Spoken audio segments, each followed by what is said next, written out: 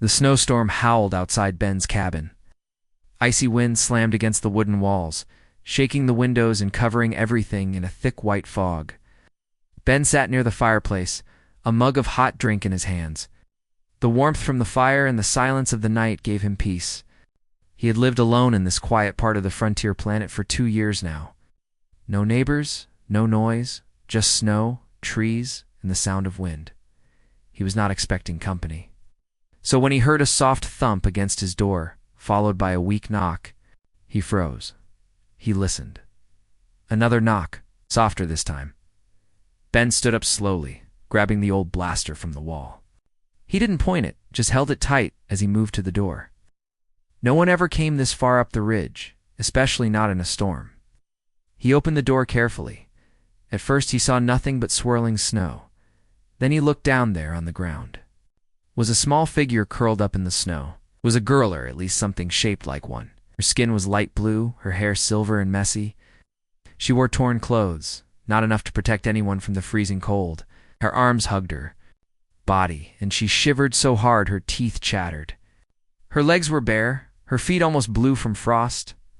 Ben lowered the blaster and dropped to one knee. "Hey," he said softly. "Can you hear me?" The girl didn't speak. Her eyes fluttered, but they didn't focus. She was barely conscious.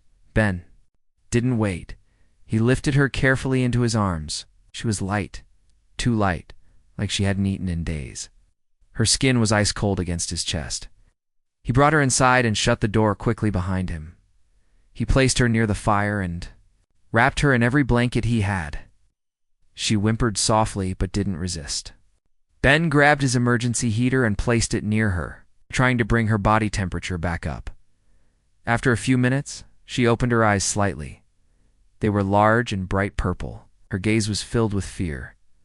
"You're safe, Ben," said, holding out his hands to show he had no weapon now. "You're in my cabin. No one will hurt you here?" She didn't reply.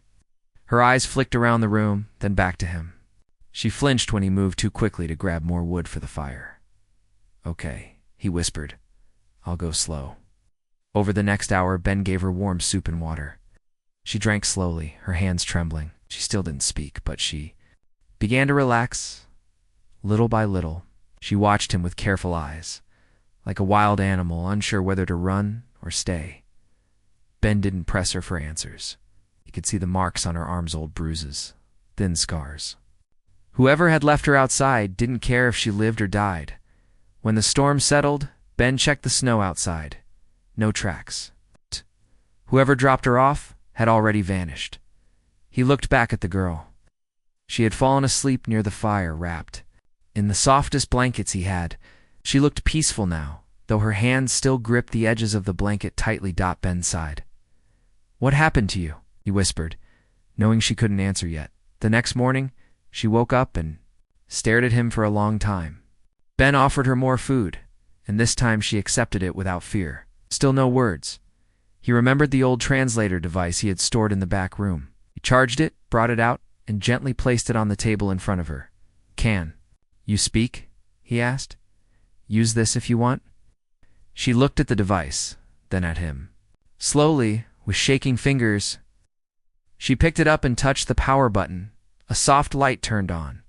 Her lips moved, and the device spoke in a quiet, mechanical voice. "Where, my? You're on planet Caro, near the frozen ridge." "Guess is my cabin," Ben said gently. "I found you outside, in the snow. You were freezing." Her eyes widened. Her lips moved again.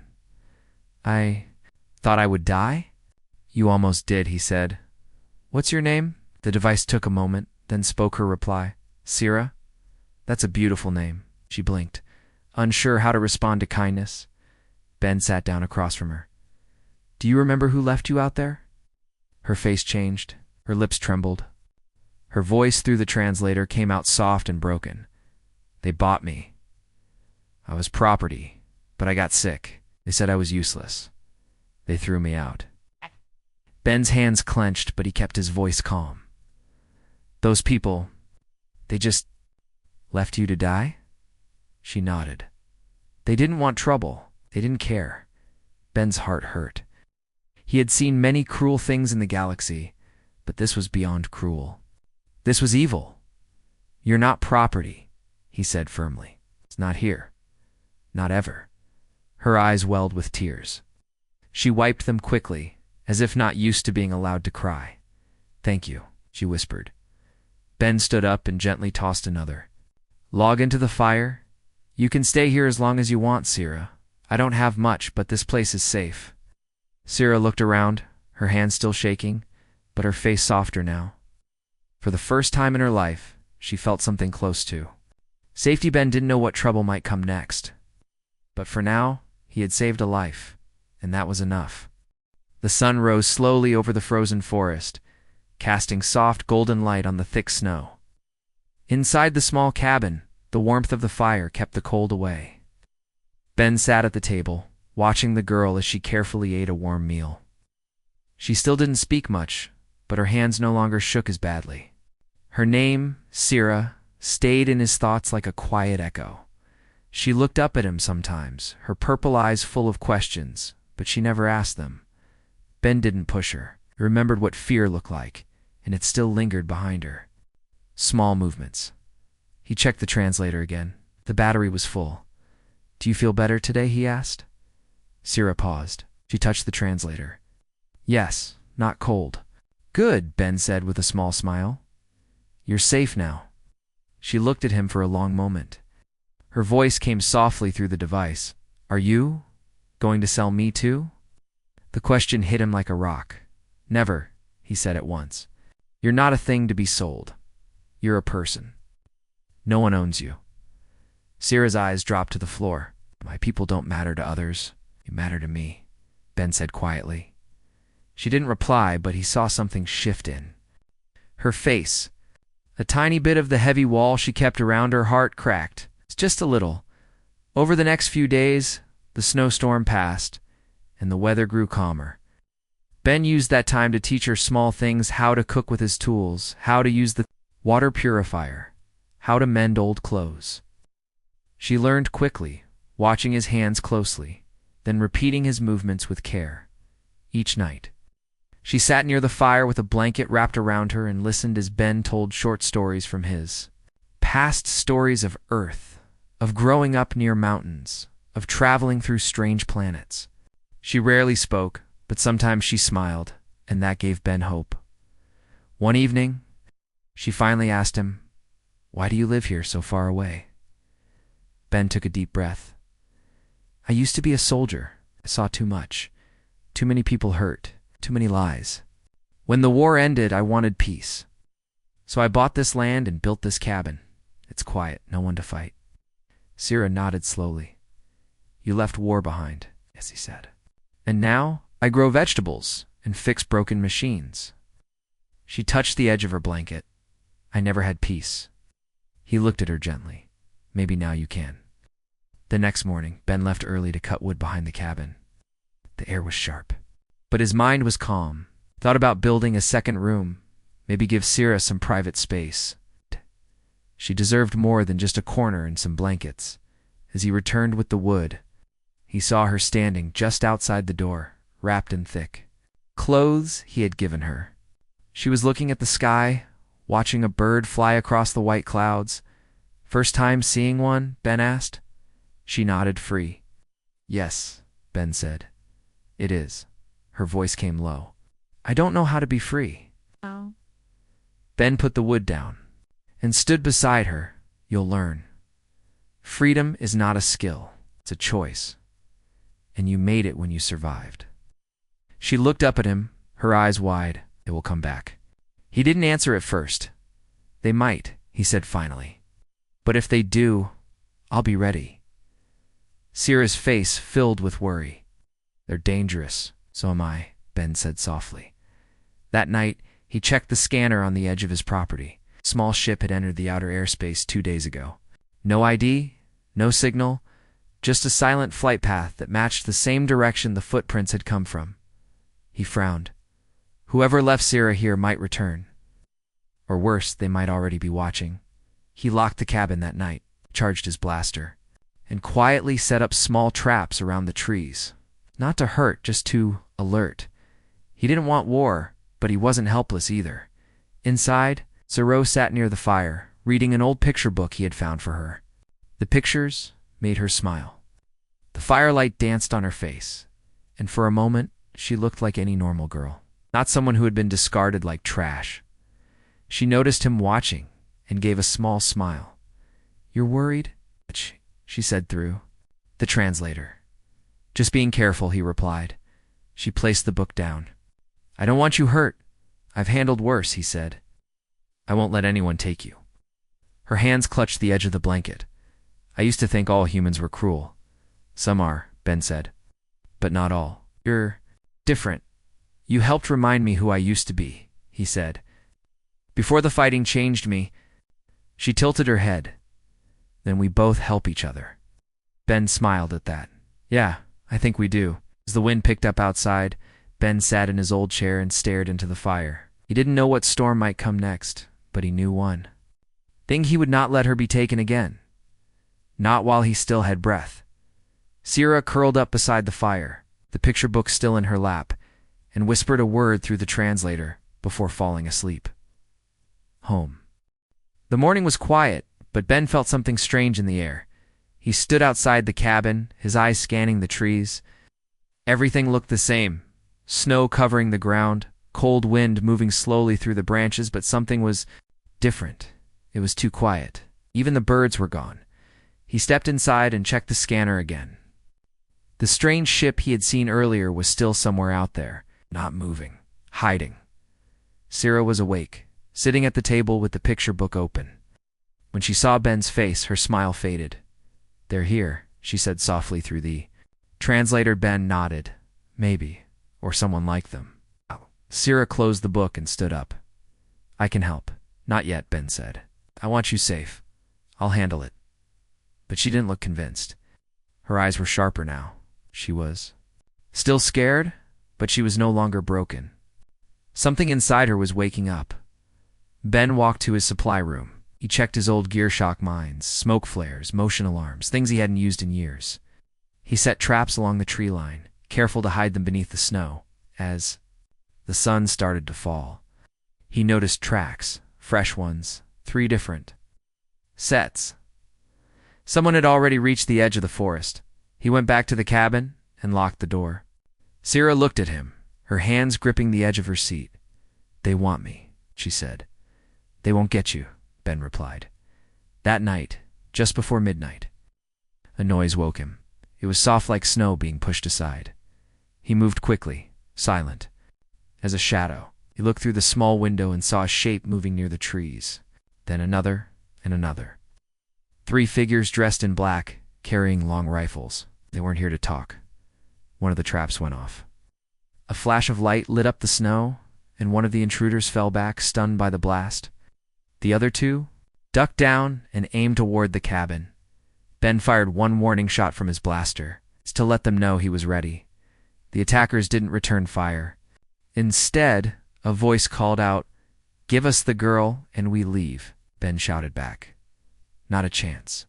She belongs to us." "Not anymore," Ben growled. "She's free now." They didn't answer suddenly. Smoke bombs rolled toward the cabin. Thick, choking fog filled the air.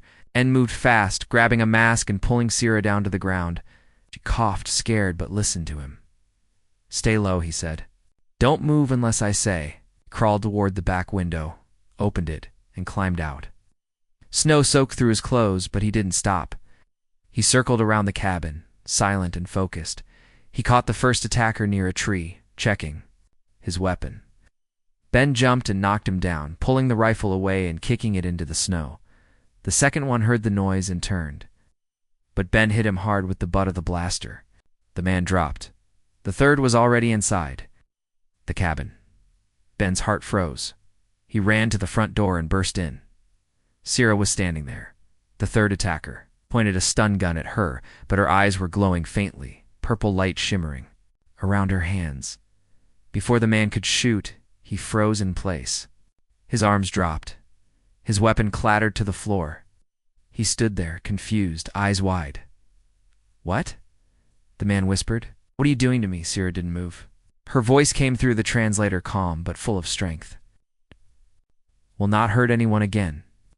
The man stumbled backward and collapsed. Ben stared. How did you do that? She looked at her hands, still glowing. My people, we feel things. Deep emotions. We can send them back. Make others feel what we feel. Ben nodded slowly. You made him feel fear. Yes, she whispered. But I didn't hurt him. Just showed him what I lived with. Ben looked at the unconscious attacker. That's more powerful than any weapon. Sira looked tired, but strong. I'm not weak anymore. He helped her sit down, then tied up the 3 attackers. By dawn, he had sent a full emergency call to the human patrol nearby. The attackers were pirates, part of a group known for stealing and trading living beings. They had no right to claim anyone. Hours later, a human ship arrived. 2 soldiers stepped out, their uniforms clean and marked with the Earth's Alliance badge. Ben told them everything. He showed the traps, the damage. The attackers. The captain scanned Sira and checked her ID. She's not listed as a criminal or property. Her kind is under protection. This was illegal. They abandoned her in the snow, Ben said, like trash. We'll take them in, the captain promised. But the girl, does she want to leave with us? Sira looked at Ben. He didn't say anything. He wanted her to decide. She turned to the officer. I want to stay. The captain smiled. Then you stay. But we'll keep patrols nearby from now on. As the ship took off with the prisoners, Ben and Sira watched the sky turn bright. You saved me, Ben said. Sira shook her head. We saved each other. Ben laughed softly. You're right. She smiled, her eyes soft again, and for the first time she felt truly free. A week had passed since the attack on Ben's cabin. Snow had started to melt, and small patches of brown earth showed through. The air was still cold, but the sun stayed out longer now. Spring was coming, and with it, quiet Ben had fixed the broken window and repaired the damage the pirates caused. The traps were reset, and a new signal tower had been placed behind the cabin by the human patrol team. Help was only one call away now. Sira was different. She walked with more confidence. She spoke more often, even without the translator, using the few English words she had learned. She no longer flinched at every sound. Her eyes were no longer filled with fear. She helped Ben every day, cooking, cleaning, even learning to fix small tools. She liked the simple things, like holding a warm cup or reading under the sun. I feel alive here, she said one morning as she sat beside Ben, watching the sky. He smiled. Because you are. She looked at her hands. But part of me is still scared. Ben nodded. That's normal. It takes time. Sometimes, she whispered, I dream of being taken again. Ben looked at her. You won't be. What? While I'm here?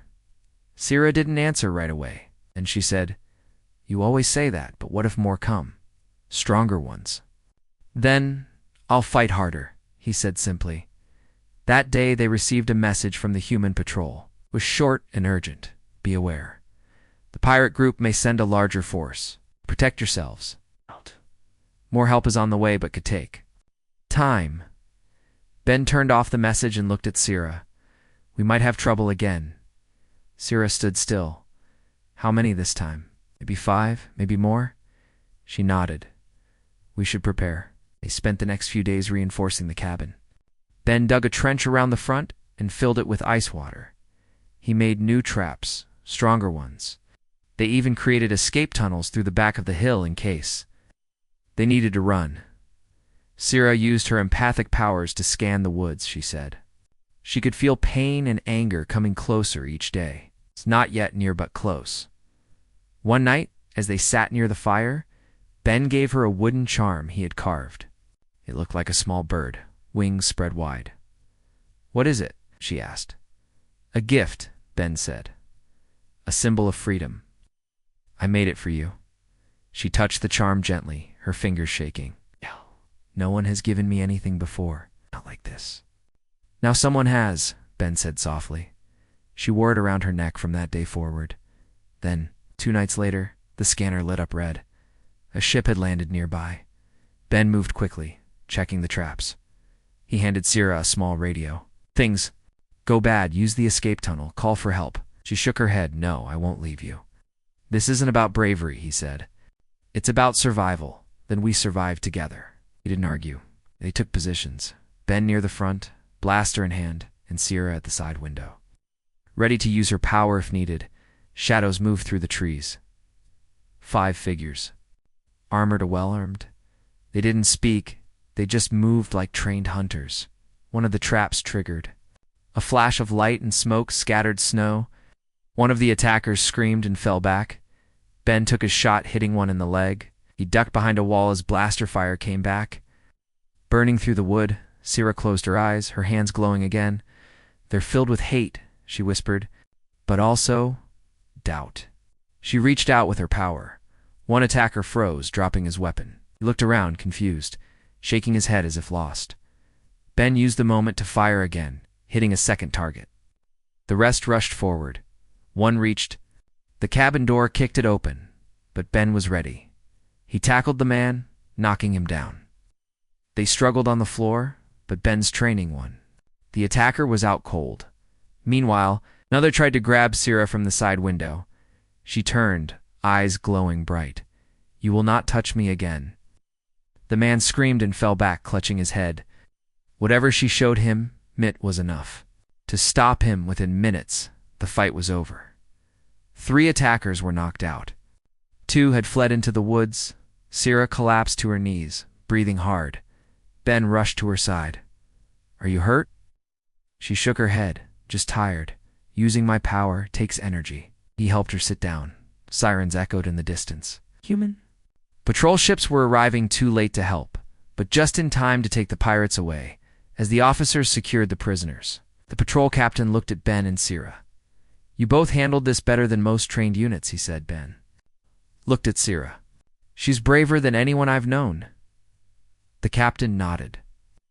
We'll have a permanent patrol near this zone now. We won't be alone anymore. As night fell again, the fire burned bright inside the cabin. Sierra held her wooden bird close. I'm not scared now, she said. You were never weak, Ben replied. You were just waiting to fly. Outside, the stars shone clearly above the trees, and deep inside. They both knew this was no longer just survival. It was the beginning of something stronger. Days turned into weeks, and peace slowly returned to the snowy woods. The patrol team had set up a small outpost 2 miles from Ben's cabin. They visited often, sometimes to check sensors, sometimes just to talk. The presence of soldiers brought safety, but the cabin still felt like its own small world. Ben fixed the broken panels on the cabin roof. Sierra helped him repair the fence and plant seeds near the sunlit patch behind the house. Life became calm again, simple, quiet. But everything was not the same. Word had spread. One of the patrol officers had recorded the second pirate attack, how Ben defended the cabin, and how Sierra had used her empathic powers to stop one of the attackers without violence. That footage had reached the Human Alliance and beyond. Messages began to arrive on Ben's old terminal, some from officials, others from strangers. Is the girl safe? Can we speak with her? She has powers rare in her species. We would like to study her. Ben frowned at each one and deleted most without answering. Sierra sat beside him, watching the screen flash with messages. They want to use me, she said softly. We won't let them, Ben replied. Not all of them are bad, she said. Some are curious, but they don't see me. They see what I can do. Ben leaned back in his chair. You're not a tool. You're not a weapon. She smiled. I know. Because you remind me every day. One afternoon, a human official from the Alliance arrived in person. Her name was Captain Loris. She came with no guards, no weapons, just a kind smile and a datapad in hand. I'm not here to take her, the captain said as Ben opened the door. I'm here to ask her something. Ben looked at Sierra. She nodded, giving permission. They sat around the table, fire crackling softly in the background. We've reviewed everything, Captain Loris said. The attacks, the recordings, her use of empathic energy. She's done something very rare. She defended herself without causing lasting harm? That's not easy. Sira stayed quiet, listening. We're forming a new group, Loris continued. A peaceful unit that teaches others how to use emotion, not violence. How to end fights without death. We want her help. Not as a subject. As a teacher. Sira looked down, her fingers holding the wooden bird charm Ben had carved for her. I'm not ready to travel the galaxy, she said. I just learned how to live. Loris nodded.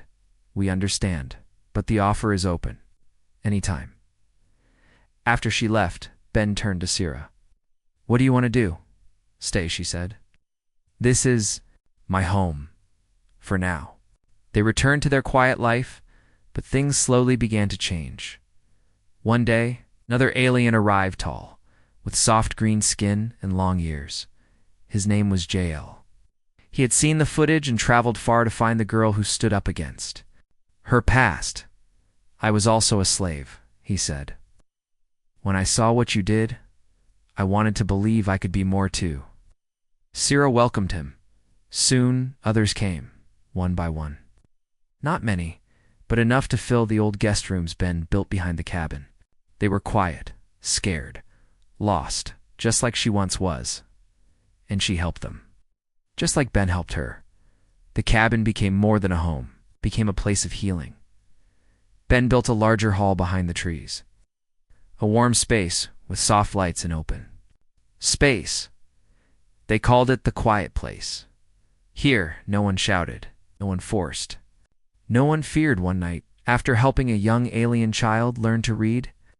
Sira sat beside Ben under the stars. They come because they believe, she said. Not just in me, but in us. Ben nodded. They come because you gave them hope. She looked at him. You gave me that first. He smiled, looking at the sky. Maybe we both needed each other. I'm not afraid anymore, she said. But I remember how fear feels. And I'll help others leave it behind. Ben placed a hand on her shoulder. You already are. They stayed quiet for a while, just listening to the wind in the trees. Then Sira said something she hadn't said before. Thank you for opening the door that night. Ben looked at her. Thank you for knocking. Inside the cabin, the fire still burned, and around it, people who were once lost now found warmth. And it all began with a single knock in the snow. The seasons changed. Snow melted into rivers, and green covered the ground where ice once ruled. The forest near Ben's cabin became full of new life flowers, birds, soft winds, and laughter. What was once a lonely place had become something bigger, a place of hope. The cabin no longer stood alone. Nearby, small shelters had been built, simple homes made of wood and stone. Each one belonged to someone who had once been lost, came from many worlds, many pasts. They brought sadness, but also strength. Sira walked among them every morning, speaking kindly, helping gently, teaching what she knew. Not just how to survive, but how to feel safe, how to dream again. Ben watched her from the porch. She had changed so much. It's no longer the frightened girl he had found in the snow. She stood tall now, head held high, her eyes full of light. She was not just free, she was strong. One afternoon, a ship landed in the nearby clearing. Not a military ship, but a transport smooth in silver. Marked with the symbol of the Galactic Council, outstepped two beings, one human woman and one tall alien official. They walked slowly toward the cabin, holding no weapons. Ben met them. Halfway, we've heard of what's grown here, the human woman said. The council has seen the footage, heard the stories, the place you built. It's become something special. We didn't build it for attention, Ben said, just for healing. You understand, said the alien softly. Right. You've done matters. So many species forget what peace looks like.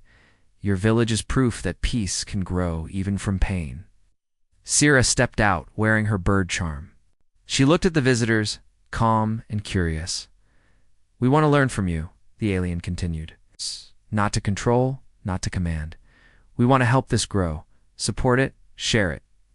How? Sira asked. By naming this place as a protected sanctuary, the woman said. A place where no one, no army, no traitor, no pirate can touch or harm anyone. You'll have full support from the council. Food, supplies, medicine, education, full freedom. Sierra looked at Ben. He gave a slow nod. This is still your home, Ben said. But if the galaxy wants to listen, maybe it's time we let them. That evening, the camp gathered near the fire. The visitors spoke kindly, offering help and respect. There was no pressure, only an open door.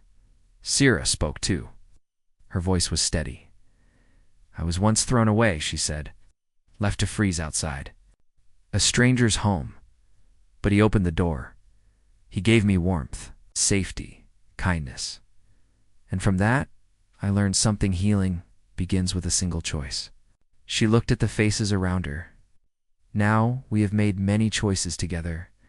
We chose to stay, to grow, to help others. This place is more than a village. It's a message. That message is simple. Everyone matters. The crowd stayed silent for a moment.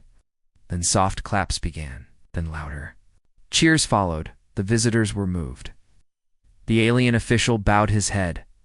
We will carry this message home. Days passed, and the village grew. A name was given to the place, Snorrest, a name chosen by the children who once feared snow, but now played in it with laughter. News spread across stars. Other worlds began to copy the model, quiet homes built for healing. Places where former slaves, refugees, or those simply tired of war could live in peace. Ben stayed in the same cabin, still fixed tools, still drank his warm drinks by the fire. But now, there were visitors every week. Young ones came to hear stories. Elders came for advice. Everyone knew he was the man who opened the door. Sierra became a symbol. Not a leader in the usual way, but something more. Her presence gave courage. Her words gave comfort. And her silence still carried power.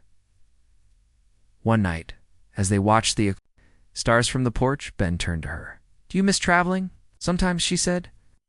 But I've found more out there in these woods than I ever did flying between stars. Do you ever think about the day they left you in the snow?